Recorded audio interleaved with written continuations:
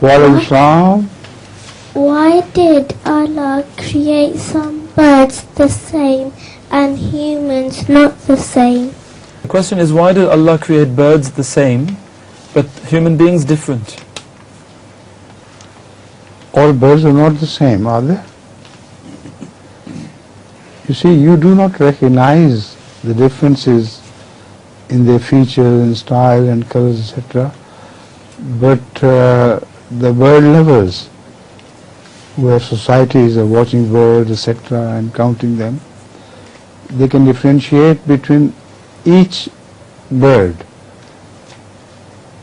And by watching them constantly, certainly they gain that light by which they begin to see the differences. Now, if you see most Chinese, for instance, they will look like each other.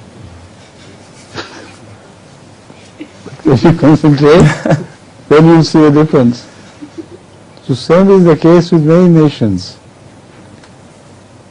You have to gain some light before you begin to see the distinction between their features. So Allah has created even birds with different individual features, and they can be recognized by experts. Huzur, if I may, I met a Chinese man once who said that it's very much the same for them. When they see the Europeans, they all look the same to them. Yes. And Mauritians as well. Maybe, surely.